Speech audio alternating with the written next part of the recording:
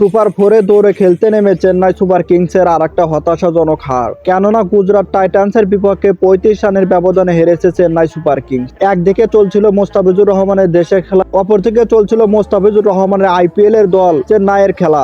দেশের হয়ে বোলিং করতে নেমে দুর্দান্ত বোলিং করেছেন মোস্তাফিজুর রহমান। ডেথ ওভারে বোলিং করে জিতিয়েছেন বাংলাদেশকে। ম্যাচ সেরা হয়েছেন এই পেসার। নির্ধারিত 4 ওভারে বোলিং করে খরচ করেছেন মাত্র 19 রান, তুলে নিয়েছেন 3 উইকেট। অপরদিকে চেন্নাইয়ের উইকেটের খরা জবাবে ব্যাটিং করতে নেমে গুজরাট টাইটান্স 2 ওপেনার বেয়াধরা পিটিয়েছে চেন্নাইয়ের বোলারদের। জোড়া শতকে 51 বলে 103 রান করেন সুদর্শন এবং 55 বলে 104 রান করেন শুভমন গিল, যেখানে চেন্নাইয়ের বোলাররা ছিল রীতিমতো অসহায়। তাই তো ম্যাচ শেষে বোলারদের ওপর রীতিমতো হতাশ। ম্যাচ শেষে বলেন, আমাদের ফিল্ডাররা আমাদের হতাশ করেছে।